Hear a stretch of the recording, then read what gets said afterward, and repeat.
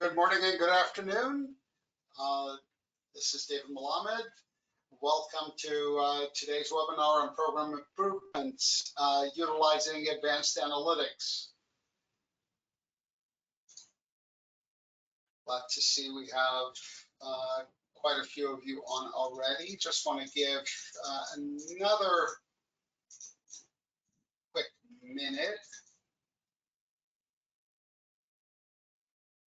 We do have a new user also joining us. I see Samantha from Middlesex.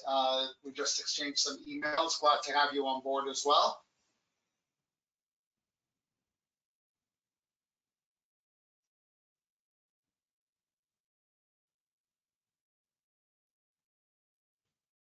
Okay, so I think we'll go ahead and get started. Today's webinar is on program improvements and specifically how to utilize some of the advanced analytics we have in My Evaluation. Some of it may not be readily apparent to you. So this webinar is really designed to help you take advantage of what's available in the system that can really help you address all the key questions that come for medical education management and meeting the various ACGME requirements. Consequently, our webinar, although it's scheduled for an hour and a half today, it's probably going to run shorter than that. So you'll have some time to catch up with other things. The main idea of today's webinar is to address the key question of how do I generate the necessary data in the analytics to make sure that we're not only compliant with the ACGME common program requirements, but we're also succeeding in our program and we're doing a good job. So the idea here is understanding data analytics, understanding the basic importance of program improvements, leveraging My Evaluations for those analytics, and I'll review those tools and how to utilize those tools, and talk about data-driven decision-making for you to learn strategies to make those informed decisions.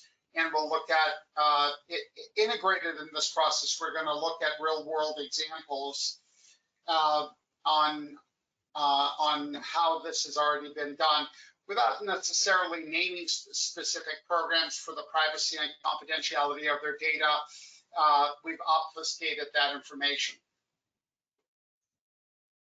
So in terms of understanding data analytics, we have to look at specific metrics that we want to monitor, and all of this is going to be relevant to the ACGME Common Program requirements.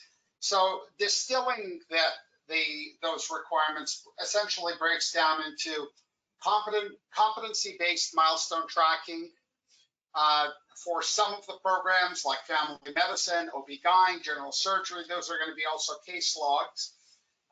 Some of the case logs are entered in My Evaluations, and in case of the surgical programs, those case logs are entered in ACGME ADS. So we'll talk about that as well, how we can look at those analytics from both perspectives.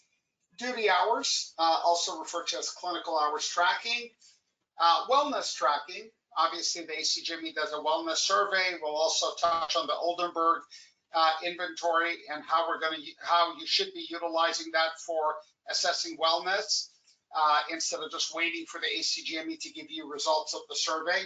But we'll also talk about tracking that survey, faculty and resident surveys and how to track that information, and program evaluation reports in terms of how is the program doing per se, program being your department and how that's doing. So in terms of leveraging analytics, there are several key areas that I'm going to focus on. And this will be in addition to what we've discussed in the past, which is the annual program evaluation module. I'm going to fold that into our conversation, but I want us to take advantage of some key functionalities that are at your disposal. And many of these are new functionalities that we've introduced in 2024 to you. And although you may or may not be aware of them, I want to make sure that you're utilizing them to the best of your abilities. So for example, we're going to talk today about the performance dashboard and how to visualize the resident progress on milestones or compare their performance across rotations and time periods. And we're going to actually go through the dashboard and become familiar with how to use that analytics. We're also going to touch on Mind Insights in order to identify trends in competency-based evaluation narratives. And this is our AI technology and how it uses your evaluation narratives to help you look at a resident's competency-based performance over time. And we're going to pick on a couple of specific reports. One will be the summary milestone performance report in order to track residents' progress over time on the milestones. Of course, that ties into what we'll cover in the performance dashboard. But it's nice to have that knowledge on its own as well. And we're also going to look at the faculty scoring profile. This has to do with aggregate data on overall faculty assessments and how does your faculty tend to score on evaluations? Are they easy graders? Are they hard graders? And assessing their overall faculty performance is important because it helps you understand when you are assessing the residents, does your faculty tend to grade them on the easier side or on the harder side? Because that ultimately becomes a reflection of how your residents are actually performing. So I want to start by looking at the performance dashboard. Now, the performance dashboard is accessible to you already from My Valuations. If you log into the system directly on your main screen, so here is my particular login. Directly on your main screen next to the dashboard, you have a performance dashboard. And this performance dashboard allows you to pick any trainee within your program or any user within your program. And then subsequently, for each trainee that you select, there are a list of different items that are available here. So this is what we are actually reviewing right now together. We're zooming in and we're focusing on the performance dashboard on much more of a micro perspective in order to relate that directly to analytics and how we should use those analytics in our process. So, of course, this is just showing an overview. So now we're going to expand the first tab, which is the Performance Summary tab. And under that Performance Summary tab, you're going to see two subsections. One subsection is Competencies and Milestones. And to the right of that, we have Entrustable Professional Activities. In this webinar, we are not going to talk about entrustable professional activities because the focus of this webinar is more so on the ACGME Common Program requirements. And we have other webinars that specifically talk about the entrustable professional activities and how those would tie in for programs such as general surgery and in the future for orthopedic surgery. These programs now have entrustable professional activities that they are required to track as part of their boards. So it's not part of the ACGME requirements, but it's part of the American Board of Surgery requirements or the American Board of Orthopedic Surgery requirements. So we're not going to focus on them in this particular webinar. When you open up the competencies and milestones section, the overall heading here says overall competency performance, and you'll see this overall My Insights. And you'll see some narratives here. To the right, you will see, based on your program, you will see the specific ACGME milestone group. So if you're an internal medicine program, you'll see ACGME Internal Medicine 2.0 or whatever the respective milestone group is for your residency program. And then below that, you'll see an option for selecting period 1 and period 2. The periods, of course, are reflective of the semi-annual review process of the resident by the CCC. So let's start by focusing on My Insights and understanding what you're getting when you expand this and how are you supposed to utilize it. My Insights is an in-depth analysis that comprehensively looks at all the aggregate narrative inputs. That means every single evaluation that is completed on a resident and by faculty, by peers, whatever those narratives are, the comments that are written within that evaluation, the My Insights technology looks at all those comments and aggregates them together in order to provide you a summary feedback. That summary feedback is specifically tailored for the benefit of the trainee, allowing the program director and the CCC to get an overview of the resident's performance. So of course, they can make edits to it, they can adjust it, it's not set in stone, but it is an enormous time saver for the CCC and the program director. And of course, it simultaneously gives the resident comprehensive feedback.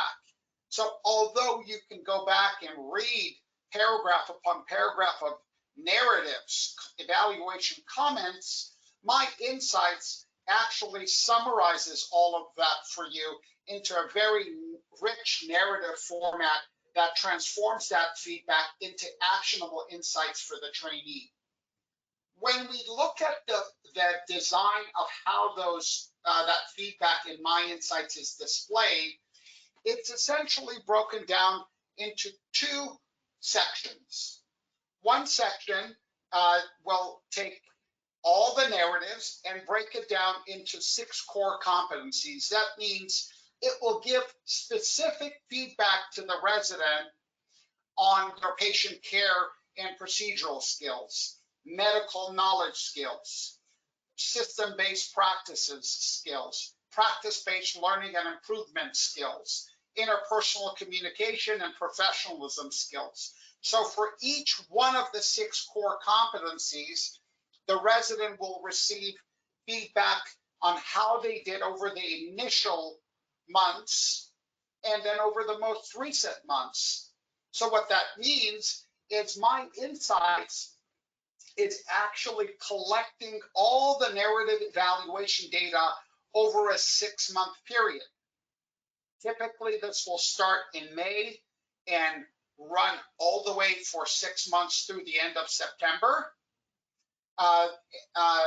Through the end of October. So we get May, June, July, August, September, and October. So we get a November release in November 1.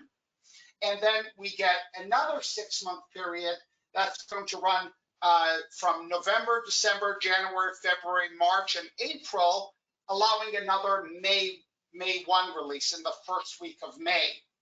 So the My Insights is actually summative feedback to the resident, telling them how they did in the initial 3 months and in the most recent 3-month period. And it includes also actionable feedback. So it actually tells the resident specifically what action they can take in order to improve their overall performance in that specific core competency. There is a 7th component, which we call Overall My Insights, and that Overall My Insights has 5 components. It provides a summary on the resident's strengths, areas for improvement, an overall summary of everything, and then provides the resident with both short-term and long-term goals and recommendations. So altogether, there are 8 sections in here, and within each one of the core competencies, there are 3 sections. So there's a wealth of feedback that's provided to the resident, helping them understand how they're doing, and of course, helping the program director and the CCC see a summary of the comments.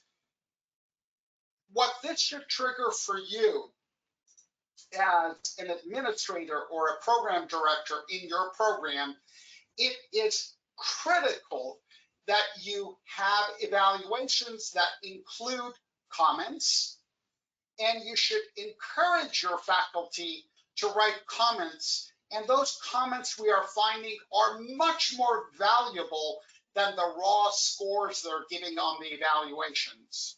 So we encourage you to build your evaluations to be very comment-based and comment-oriented.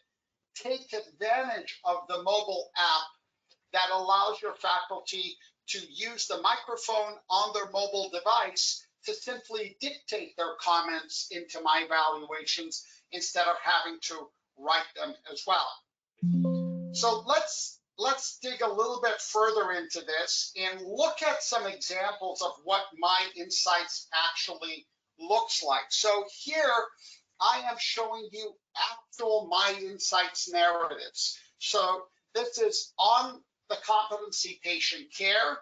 You can see the 3 sections of initial months, most recent months, and actual feedback. Of course, this information is de-identified. It comes from a program. It's a university-based program.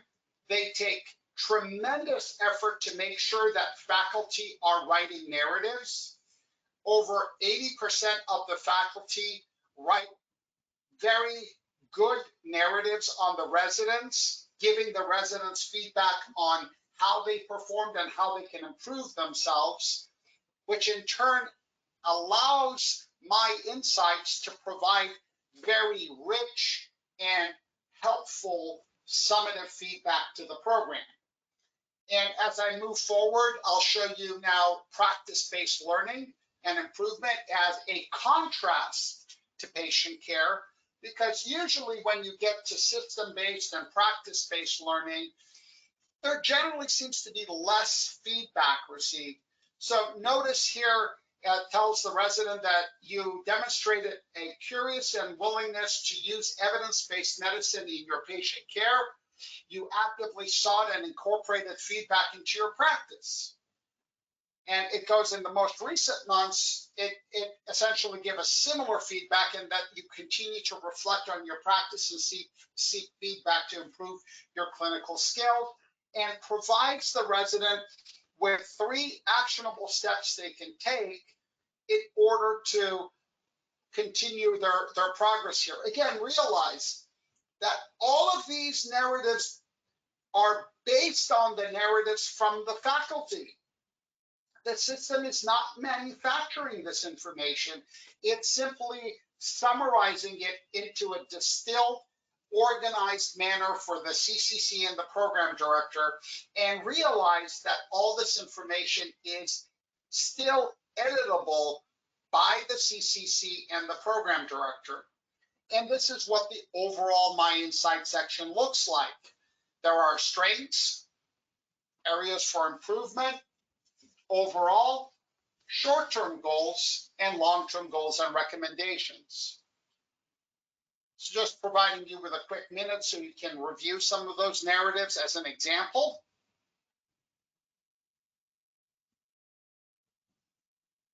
So My Insights becomes a very important part of your program's review process, allowing you to get more detailed but still overview review. So there's literally only 7 sections that you are reviewing here, the 6 core competencies and an overall section to give you an impression of the resident's performance.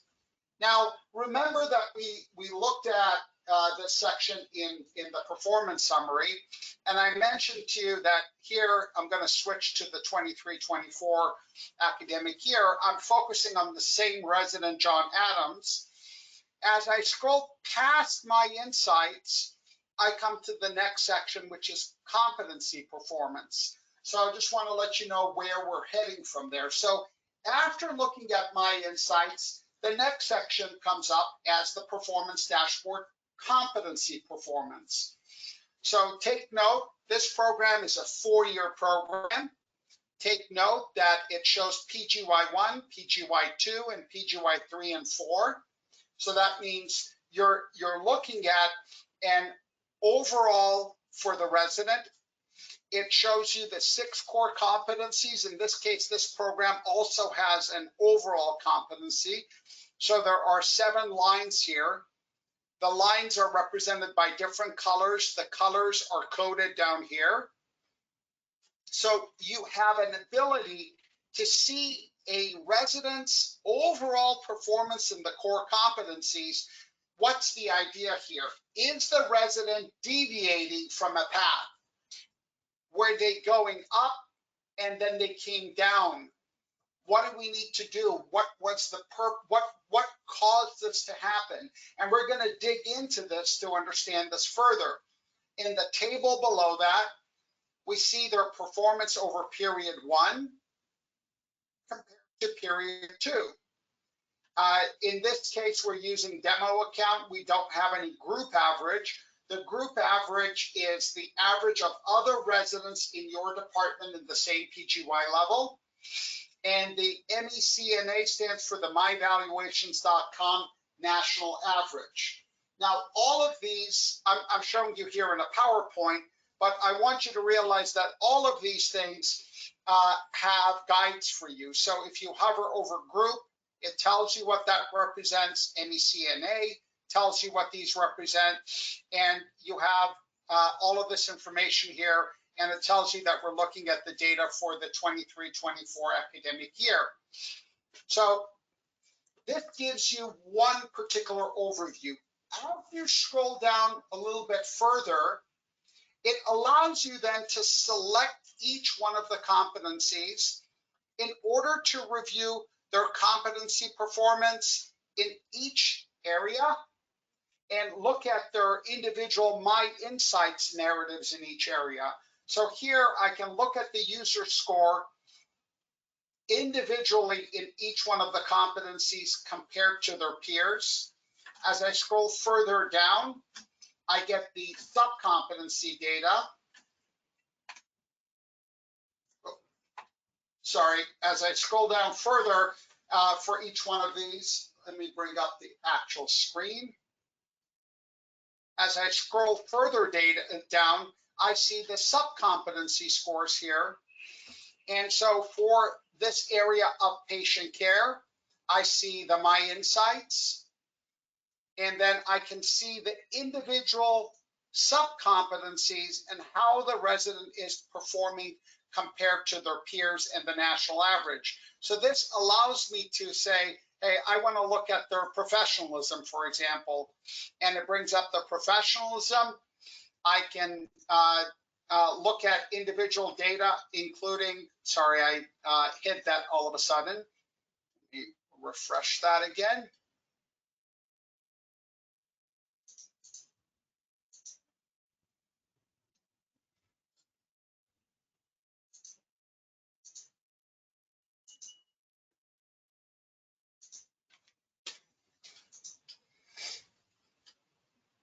I seem to have glitched myself out of it. And then I can see individual sub-competency score performance and the details in the table. I can click on Show Details. When I click on Show Details, I get more data in terms of any administrative comments written, and I get more score information in terms of the user score, the group score, the total score, the national average, and benchmarks for levels of readiness. So essentially, what I have done is at the very top, I have started with narrative feedback. Then I've looked at something very big overview of competencies, and I can go down and dig further into their competencies and the narratives for each one of the competencies, and then go even further and dig into the sub-competencies. So there's a tremendous wealth of information that's available for you to dig down. Now, the next section that comes up after the competency section has to do specifically with overall performance. This is what we call task completion. I'm not going to talk much about this. This has less to do with today's webinar. It just shows you overall task completion and how they performed over time. It's less relevant to the common program requirements, so just for the sake of completeness, I've included it on here. Now, from there, the next tab is on evaluations. What's the purpose here? As you look at individual trainees within your program, as you're looking at individual faculty within your program, you want to look at how quickly are they completing evaluations. So 0 days on average to complete evaluation. So they're doing it relatively quickly. How many evaluations do they have pending? What's overdue? 30 days past due, that is. How many of those evaluations have been closed where they weren't completed in a timely manner?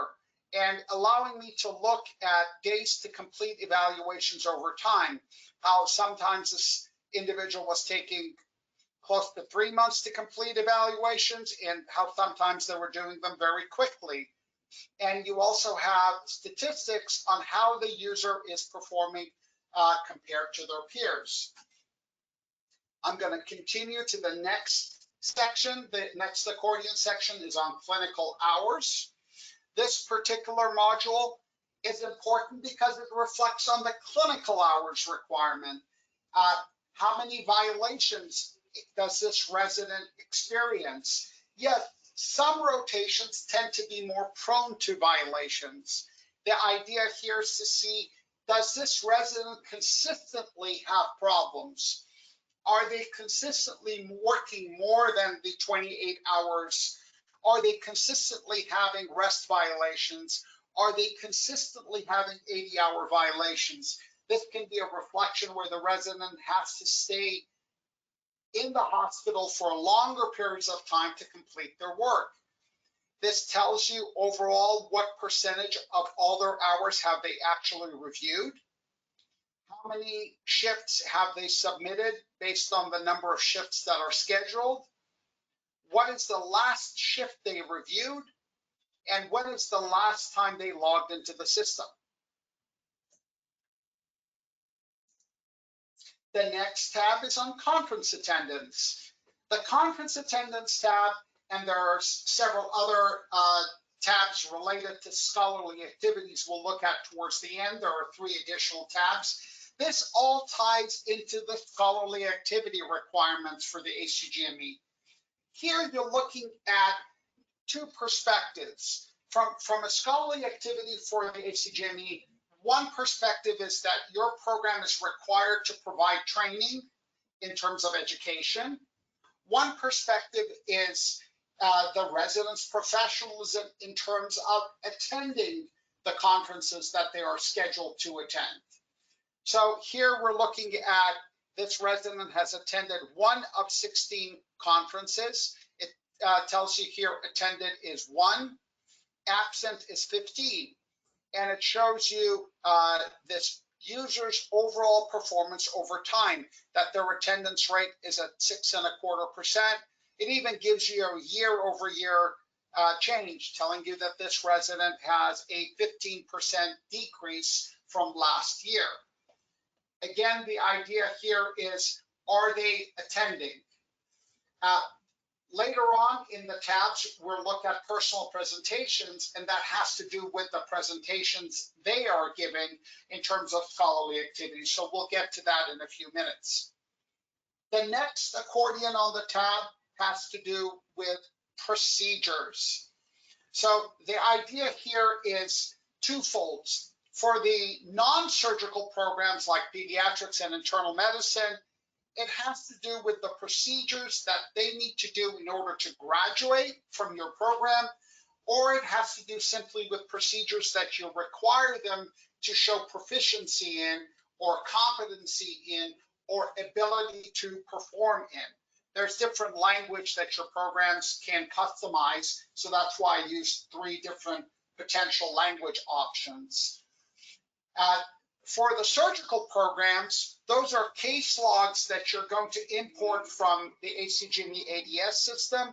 Those case logs go into the patient log module, and they're not related to specific procedures. For the surgical programs, the procedures you should be tracking are those procedures that are more commonly done outside of ADS. So for example, in general surgery, it would be things such as thoracentesis, central line placement, or CVP placement, things that are not typically tracked in ADS. ADS is much more about surgical case logs, while my evaluations is about tracking those non-surgical case logs that we don't want them to report it in both ADS and my evaluations. So here, we're looking at all academic years. We can select a specific academic year, but we're looking at all academic years. This particular department has their language set to ability to perform. There are 3 language options that you can set for your program, and one of them is ability to perform. So here the language says ability progress. So it tells us that overall this resident has 0.04% overall progress in terms of things where they're able to perform them independently. And in terms of graduation, they have a 72.55% overall progress. On the right-hand side, that acceptance breakdown is broken down into how many cases have been accepted, how many have been unsuccessful. It says accepted unsuccessful. That means, yes, they did perform it. However, they did not perform it successfully. How many of those cases are just pending to be reviewed? And how many of those cases were rejected? Rejected means the supervisor says, no, this person did not actually do this procedure. And then we get a completion breakdown of that procedure. So for each one of the individual procedures in your program, we have the yellow bar that shows their overall progress, and then we have an orange bar that shows the benchmark. So again, all of this information is much more dynamic when you're pulling it up directly within the dashboard. As an example here, if I pull this up, it shows me specific breakdown on the group average being the circle, the number accepted, and it says it's 50% accepted from the number required. So on the far right-hand side, you can see it says 1/2. So that means 2 is the number required, 1 is what they've completed, so they are 50% completed overall. So it's much more dynamic. So the idea here, again, ties back into the common program requirements, and this has to do also with tracking levels of supervision to make sure that the trainees are properly reporting the tasks that they are supposed to be supervised within the hospital. The next tab has to do with patient logs. Patient logs are going to be more common in programs like family medicine, where you have specific case log requirements that are tied in also with outpatient clinical hours, which we can see that listed here, and I'll review in a minute. Other programs such as internal medicine will also do these types of case logs as well, but that's done specifically for tracking individual requirements in medicine or psychiatry. They're not necessarily required by the ACGME. So what we get in the patient log section, again, we're looking at all academic years versus a selected academic year. First of all, because in programs like family medicine, it's not just about the number of case logs that they've done, but also it's a reflection of how much time they've spent in outpatient clinical hour work. The system shows outpatient hours for all years. So it's a sum total of all years here. allowing you to see their overall performance in clinical hours. And then here you have the outpatient hours tracked over their PGY year, showing in the light orange color their own performance, and the dark orange color showing the group average. And just a reminder, group average is always a reflection of other residents in your program with the same PGY level. You are able to set graduation requirements, so the system will track graduation progress. We do break down patient log information into the number of patient cases and the number of sessions. A session is a unique day on the calendar. A patient case is a unique patient seen on a specific day. So I might have seen 5 patients today. So my patient case breakdown will be 5, but my session breakdown will be 1. So that's the number of unique days on the calendar. So this is why we get that breakdown. It's important that you remember, similar to procedure logs, patient logs also have an acceptance and rejection that goes along with it. So although residents can submit their patient logs, they have to select a patient log supervisor, which is tracked completely separately from the procedure supervisor. And those patient logs would have to be either accepted or rejected or marked as unsuccessful, whatever the supervisor deems most appropriate. In a similar fashion, we have a breakdown here, and I'll bring up the live version so that you can see. We have a breakdown here of diagnosis classifications. So we can have this ordered by patient type, submitted percentage, required, and sessions. But what we get here is we actually get a breakdown. The specific resident I'm using in this example is John Adams. And I added John Adams into the system, oh gosh, 27 years ago. So this is the longest running resident, and that's why you see this kind of weird list of PGY 1, 2, 3, 4, 5, 6, 7, 8, 9, 10, because I keep reusing the same resident over and over and over again. But the idea here is I want you to understand that on the live version, instead of the PowerPoint screen, you can see the number accepted, the rejected count, and then it shows you a breakdown by PGY level.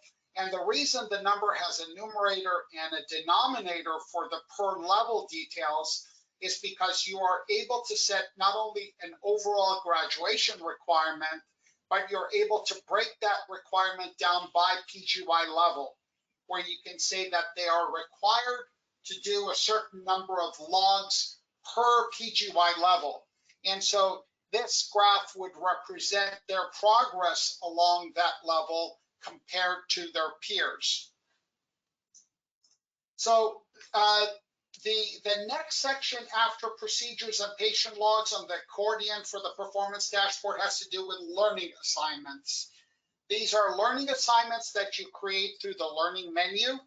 If you're not familiar with that, then I recommend you watch the webinar on learning assignments that can be tied in with quizzes. Many of our clients take advantage of this. Some of them, like this particular example, they do 1 learning assignment per year.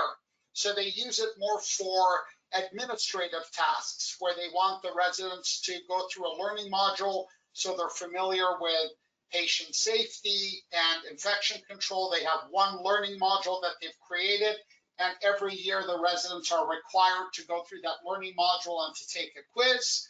So it tells us that for the year, there's 0 pending, 1 has been completed, there are none that have expired or are past due.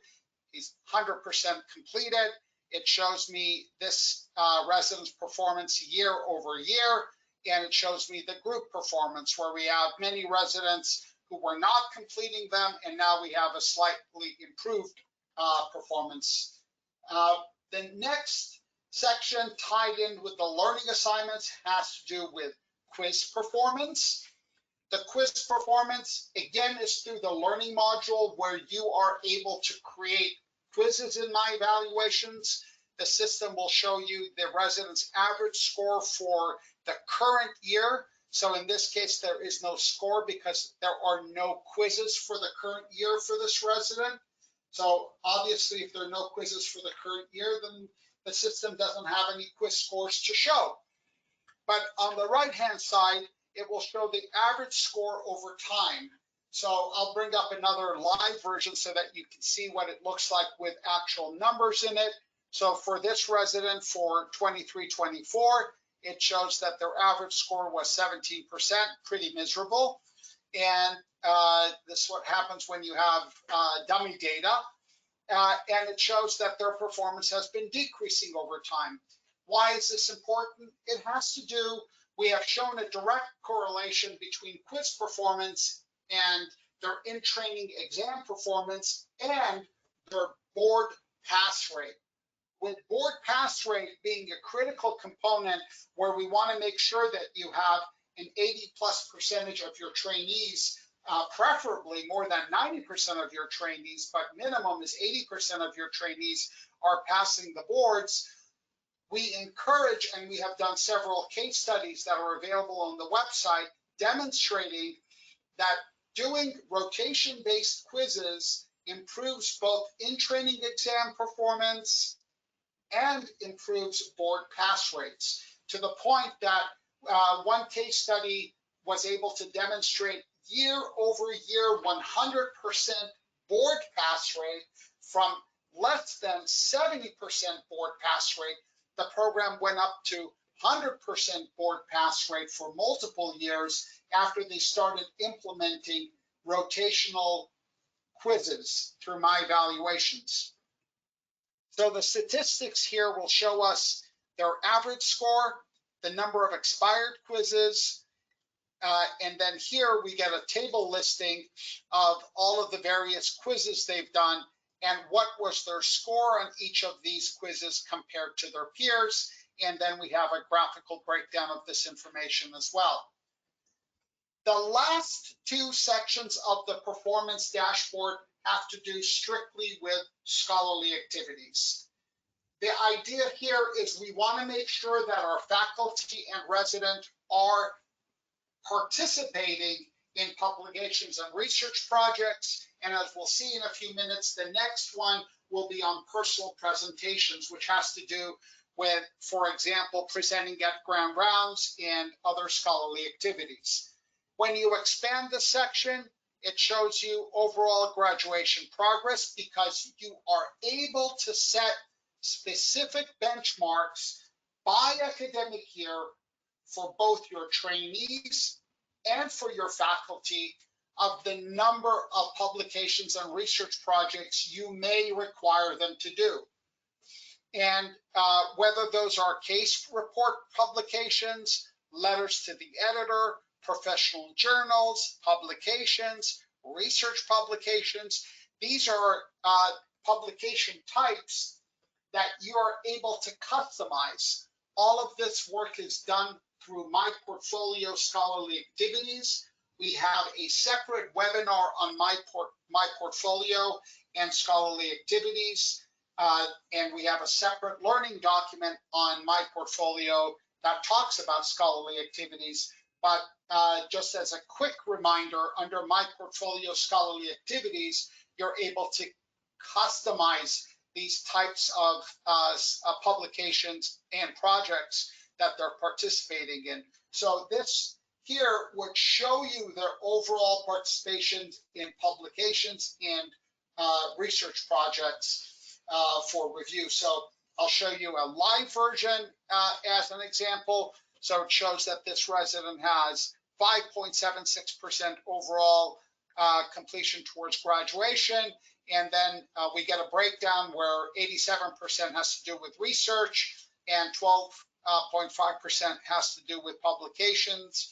And we can see here the number completed of the number that is required. With the personal presentations, we get a similar progress report in terms of what their progress is for graduation, and then what are the specific personal presentations they participated in. What's very key for you to realize is every single conference that you schedule through My Evaluations, those conferences automatically tie to their personal presentations, be it faculty or residents. The system is automatically populating this information without requiring you to take any action. So essentially, this is 99% automatic. Why am I leaving 1% in there? 1% of it can be manual data entry from personal presentations I did outside of my hospital.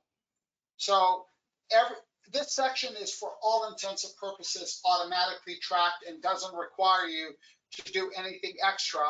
And then here we get their submission over time, so I can see how is this resident progressing over time. The last section in the performance dashboard before we move on has to do with quality improvement projects. By the way, I want you to notice that for each one of these sections, there is an ability for the user to add directly from the dashboard any publications they've done, any personal presentations they've done, and any quality improvement projects they've done. So this would show any submitted QI projects, how many of them are under review, and how many of them have been implemented.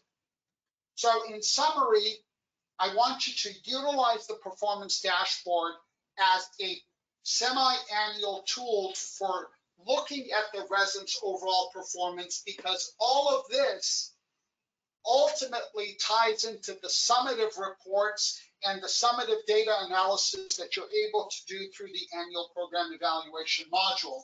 So it becomes very critical that you're able to do both of these things simultaneously, not just to do one of them. So I'm not encouraging you here just to focus on the performance dashboard, but I'm simply encouraging you that the performance dashboard is a key marker where the data is coming into the system to make sure that you're collecting all the information and reviewing it and looking at each resident and attending's individual performance. So moving forward, the next item after the performance dashboard has to do with milestone narrative reports. And there are the milestone narrative report, you generate that from the menu option evaluations. Again, this is meant to be a data analysis review, not a training on the milestones module. So the milestones module, there's a separate webinar available for that. So for folks such as Samantha that are new and they're taking over for existing administrators, I know, Samantha, you have training that has been scheduled so that you can become more familiar, and that will help you. But at the same time, I want to encourage you all to take a look at the menu option, My Help, and look at the individual learning documents and look at the individual webinars that are available there. So for example, you should become very familiar with the milestones module, and you should be familiar with how to access these reports. So for example, from the menu option evaluations, this is where we have access to the curricular and milestone management module. And when you scroll down to the bottom, this is where you have the curricular and EPA milestone reports, and we're specifically focusing on the milestone narrative report. And I'm specifically focusing on the last part of the milestone narrative report right now. And what I'm demonstrating here is that we can generate the milestone narrative report in two versions. And one version is comparing residents on the graph, another is just simply comparing them on a table. And what I've done in one case is I've selected individual, final only, graphical instead of numerical. And another one, I'm running a summary report and asking only for final scores. So what that allows me to do is generate a graphical report. And what I've done in this case is I've generated an actual graphical report here. on an actual program. So I've masked the way the values of the names here, because I'm trying to demonstrate to you the idea that I can look at all the trainees in a specific PGY level in order to find the trainees that are performing below in specific areas. So as I hover over these scores, it gives me the ability to look at their individual score performance and to identify individuals that have low performance and to take intervention action on them. So this graphical report that you generate is actually a dynamic report that allows you to hover over it and see those individual scores and to identify that. So as you're hovering over, you'll get a table like this blue table here that gives you all that basic breakdown. When you do it in a summary mode, that summary mode allows you to look at their performance all together. So that's the major difference here. By generating the report in a summary mode, I can look at comparing data side by side with each other with different trainees. And this is what we're getting on this table over here. We're actually getting a summary breakdown where we're looking at each one of the sub-competencies, and I've grayed out the names of all the trainees over here, but I can see in each one of the competencies what was their final score compared to their peers and compared to all the residents overall. If I run this report, on the other hand, so here I ran it in our demo department. So in the demo department, we have a little bit less data, but you get the idea that as I hover over this is again generated in a summary format. I can actually see the performance scores of each trainee as I hover over. So I can see some trainees obviously don't have a score, but I can see my resident, John Adams, which I always use, has a score on there. So that's the idea of the milestone narrative report, is if you want to be able to look at the residents and compare their performance, you can run this report by PGY level as well. So you can look at all the PGY 2s, all the PGY 1s, you can look at those individually. The other very useful report is the faculty scoring profile report. This report is accessible to you from the menu option reports. So when you go to the menu option reports, you have your evaluation management reports. It'll first show you your resident reports. The residents do have a resident scoring profile report, but I'm going to scroll down to the next section. So this is just showing a graphical layout of any evaluation data I have. But I'm going to scroll down under the attending reports, and I'm going to look at the attending scoring profile report. The purpose of this report is for us to see how are the attendings scoring. I generated this out of a real internal medicine program. You notice here that the names have all been obfuscated, but this is a real internal medicine program, and I'm running a faculty scoring profile on a typical medicine ward rotation. And the idea here on this particular report is to look at how do the attendings tend to score. This is a very important component of the attending scoring profile, because it gives us a perspective of, are they easy graders or hard graders? So notice that what we get to see is this is an EPA-based evaluation. So the first line here is the EPA. So I'm going to focus on the second and third lines here. I can see the score that the attending has given. And below that, I see the end value for the number of assessments that they have completed. So for example, here I can see that this attending tends to give a higher grade compared to the other values I see here based on 9 evaluations they've done.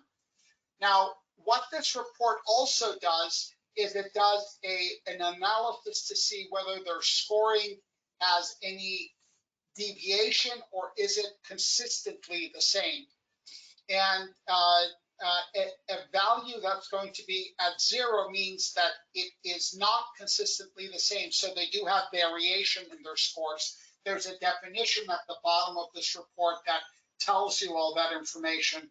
But this is a very important report for you to run in order to make sure that any faculty that you have that are consistently giving high scores, those faculty can receive some proper training to improve the way they do assessments. So in terms of all these assessments that you've done, we want to now move on into how to leverage that information for actual analytics. So one important point for reviewing this are the CCC meetings and the program director's review. So the CCC and the program directors both have access to the performance dashboard and to My Insights. And it's very important that this is part of the semi-annual and periodic review process of the residents' performance. As far as making data-driven decision-making, the first strategy that you should implement is to predict from the analytics. So you want to be able to use the historical data to predict what future performance issues might be and how we can make improvements in those. And a big part of this ties into nothing less than your annual program evaluation process. So that is the key area where you want to be able to look at all your predictive analytics. And this is also where you can do performance comparisons, where you're comparing resident performance across groups and time periods. So you want to look at your PGY1s compared to your PGY2s, 3s, 4s, whatever your training program is. And you want to make sure that that performance is properly progressing over time.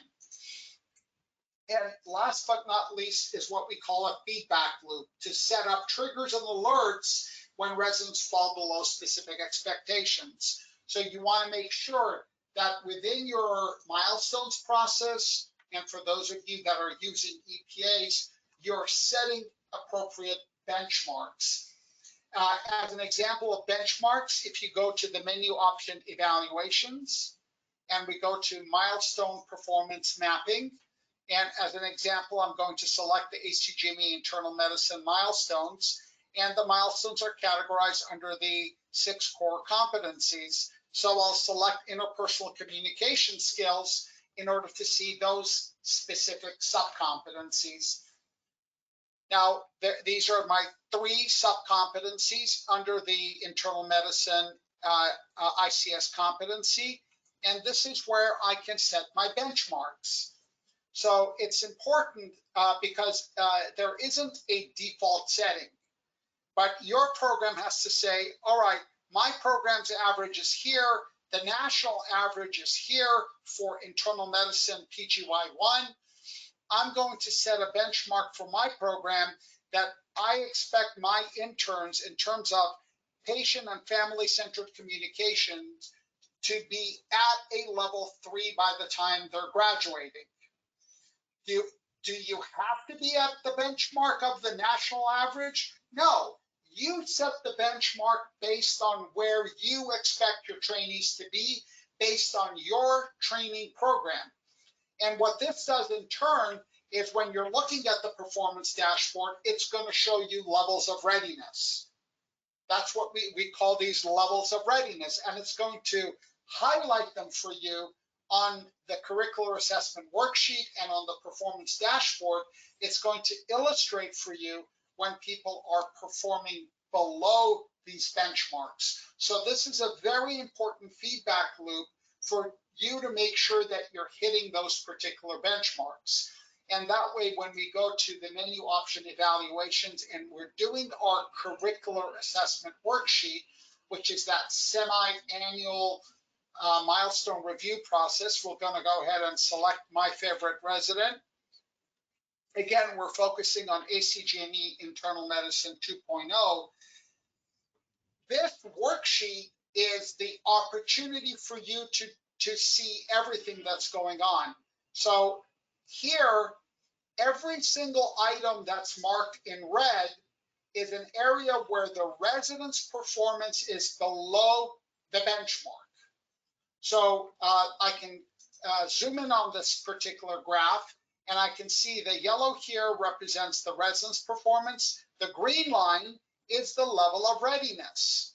So by setting that feedback loop, I can see that the resident is falling below the minimum standard I have set in my program. What do I need to do to take action? So if I see in patient care 1 through 3, they're having problems, as I scroll down through the curricular assessment worksheet, and I notice that I can see my insights here. I can come down and I see PC1. I can see where their performance is, for example, below the level of readiness. So over here, the national average is in blue. The level of readiness is in purple. So I can see that the resident's performance is at a 3.08. Now, this would give me an opportunity to say, well, what do I need to do to help this resident reach the standard that I'm expecting within my program? This is where you would initiate a performance improvement plan. And in that performance improvement plan, this is not punitive, this is to help the resident.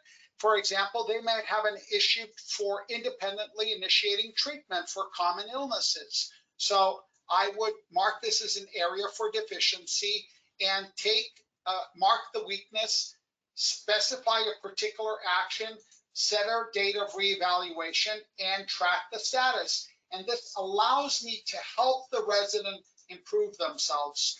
So again, it's important to understand not only where you can access this information, but how you're supposed to do it. These feedback loops that are in here are very important for you to set up so they become an appropriate reflection within the curricular assessment worksheet. And in terms of predictive analytics, we want to focus on the annual program evaluation module, which is accessible from the menu option evaluations.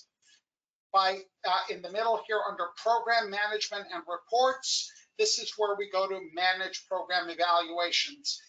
Again, there is a separate webinar on the annual program evaluations and a separate learning document. I encourage you to watch that webinar and learn that. This is where you'll learn you must set up your core personnel that reflects the same data that's in the ACGME ADS system. This is also where you can import your scholarly activities, your well-being surveys, and your case logs from ADS directly into my evaluations. The surveys are imported directly through the APE module. But for example, a lot of programs ask the question, how do I look at my data summatively? Okay, great, I can look at individual residents. How do I look at how the program is doing? You do that through the APE module, through the APE. So for example, if I go to my program and I want to look at my clinical hour compliance, this is where I can look to see if I have clinical hour compliance issues, where I can see total hours, average hours, the number of violations. If I go, for example, under the resident section, I can select evaluations on milestones. And this will take a few seconds for it to generate, but it's going to show you an overall graph here that's showing you PGY specific performance. How are the trainees performing by PGY level? If I go to back to my program tab, for example, under goals and objectives, I can see, are my goals and objectives actually being reviewed? If I go under program evaluations, there's a table that shows performance in all the evaluation forms, but it also puts all your evaluation forms graphically out by PGY level So I can dig into those evaluations, I can click on it, and I can see how are the residents performing in those specific evaluations. So the AIC module becomes a very critical part of your data decision-making process in terms of looking at predictive analytics.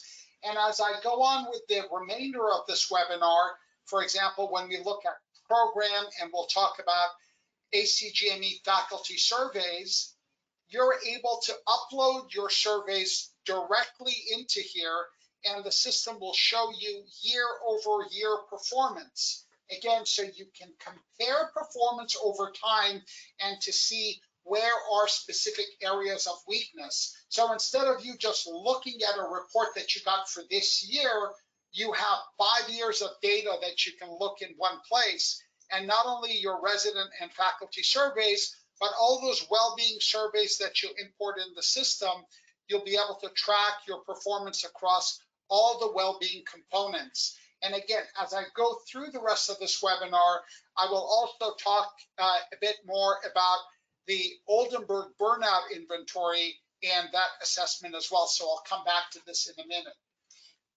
So that data decision-making process is about prediction, performance comparison, and feedback loops. So the annual program evaluation, as I mentioned, is a very important component. You want to do your data importing from ACGME. The ACGME provides you with data exporting capability.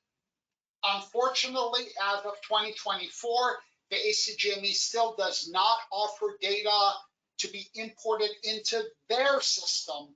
They only allow us to export data out of their system, and we can import it into My Evaluations.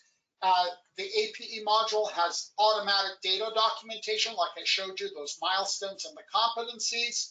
And for any area where you have weaknesses, you can take action plans with both PDSA, which is Plan, Do, Study, Act, and SWOT, Strengths, Weaknesses, Opportunities, and Threats. You can actually set action plans that have automatic reminders associated with them. I showed you things such as looking at milestone performance by PGY level. I also talked about your ability to import your ACGME data directly within My Evaluations, including those scholarly activities, well-being, and case logs that you can import so that you can look at performance over time in both the survey results for faculty and residents, but we can also look at individual results that have to do with well-being as well. So the strategy for data-driven decision-making is for your clinical competency committee to make sure that they are reviewing the data that I've discussed with you and to set meetings and guide them appropriately in making appropriate remediation plans, both for the program, so that has to do with your program evaluation committee, and for the resident, the CCC. Some of the best practices that we've implemented within My Evaluations and in specific programs, such as milestone tracking, is to make sure that the curricular assessment worksheet is being used to see how programs and residents are progressing through year over year. We encourage faculty development to analyze those faculty evaluations using the attending scoring profile and helping the faculty improve and strengthen both the narratives they're writing for better My Insights feedback and also for better scoring on the evaluations. And we also have implemented resident well-being monitoring by implementing the Oldenburg burnout inventory assessment within My Evaluations. There is a separate webinar that's available under My Help specifically on well-being surveys that talks about implementing the Oldenburg burnout inventory and how to best utilize it. I'll tell you, as I was here under the program tab of the APE module and we were looking at ACGME well-being surveys, not only are you able to import your well-being surveys directly in My Evaluations, but when you implement the Oldenburg burnout inventory, you're able to select that and the system automatically displays the data results. So what this tells you that your overall program score for disengagement is 2.5. That means you're at medium risk of burnout and disengagement. The Oldenburg assessment has two components. It has a disengagement component and an exhaustion component. So it tells us that in the exhaustion component, you're also at a 2.5, which puts you at high risk for burnout and exhaustion. And this is the burnout inventory interpretation table, and this is the reference for that scoring profile and how we come up with these assessments. So instead of you waiting for an ACGME survey to be done and being told, hey, you've got risk of burnout, you should be doing this yourself ahead of time and identifying that you're at risk of burnout. The final output that you're going to put out has to do with milestones, case logs, procedure logs, clinical hour violations, and your overall survey data and survey feedback. So we looked at the milestone narrative report that shows you how the residents are doing by PGY level. We can review that. We can look at it both graphically and by table. For case logs, you can run the patient diagnosis department report. So this is not a report on individual resident. This is a department report that's telling us specifically for our department by PGY level, are we meeting our diagnosis classifications, which are the major categories? How many are the trainees doing by PGY level? What types of diagnosis are they seeing? And what's the department total? So the focus here is not on the individual, but on the overall. So in the beginning of this webinar, I focused on individual review through the performance dashboard, because ultimately, if you are monitoring the individuals and they are progressing appropriately and you take action appropriately, then the end result when you run a department report, it should have the data that you're looking to demonstrate. As part of procedure logs, you're going to run a department procedure log report. Again, this is not a focus on the individual resident. This is the focus on the department, on each one of our procedures. How many have been supervised, approved, unsuccessful, complications, rejected, pending, performed, participated, and present. Gives a nice summary breakdown. And then for clinical hours, you're going to run the clinical hour summary compliance report, not by individual resident, but by program. This is available both institutionally and departmentally. All of these reports are available both for the whole institution and for the whole program. So this is a graphical layout that's actually showing the number of 80-hour violations, 1 and 7 day violations, minimum time off violations. And the same graph directly underneath it actually includes a table of that data. So each one of these bars represents a particular rotation block, and it shows where those violations are. And as you scroll further down on this same report, you're actually going to get a breakdown by rotation. So although you're seeing the overall overview, but you get a breakdown from rotation. This is actual data that's coming from an actual program. And you should all be aware, and if in this particular program, I noticed that they are not doing that, but it is critical that administratively you are all reviewing duty hour violations. You should have someone assigned to review duty hours / clinical hour violations. How do I know they're not reviewing it? Because in this information, it tells me that there is one minimum time off violation. It tells me that there are 2 comments written by the user, by the trainee, and it tells me that there are 0 comments written by the administrator. And I can see that same pattern repeated on all of these violations, where there are violations being reported, but the administrator is not providing reciprocal narratives in it. That will be problematic for this program when it comes for their data reporting to the ACG&E, because the site surveyor is going to ask for those violations. And what they want to know, they don't care that you have violations. I mean, they do care. They care, do you have violations and what did you do about them? That's the most important part of it. So that's your clinical hours, and then we looked at the last component are your survey and feedback data here, where we can actually look at survey results over time to see how those surveys are actually doing. And that summarizes our entire webinar on utilizing advanced analytics.